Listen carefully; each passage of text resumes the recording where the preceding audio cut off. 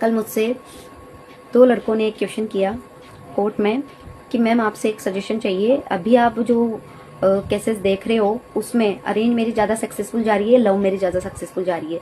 तो मैंने उनको रिप्लाई किया कि ऐसा कुछ मुझे लगता नहीं है कि अरेंज मैरिज ही ज़्यादा सक्सेसफुल जा रही है या लव मैरिज ही। ये एक पर्सन पे डिपेंड करता है टोटली। अगर पर्सन अंडरस्टेबल है, लविंग है, केयरिंग है, जो भी है, मतलब वो पर्सन पे डिपेंड कर रहा है। आप लव मैरिज में भी आप किसी को झूठे दिलासे दे सकते हो ना। अभी दे ही रहे हैं, जो जनरेशन इतनी जल्दी बोर हो रही है, किसी और के साथ एक्स्ट्रा मैरिटल अफेयर में भी इन्वॉल्व हो रही है।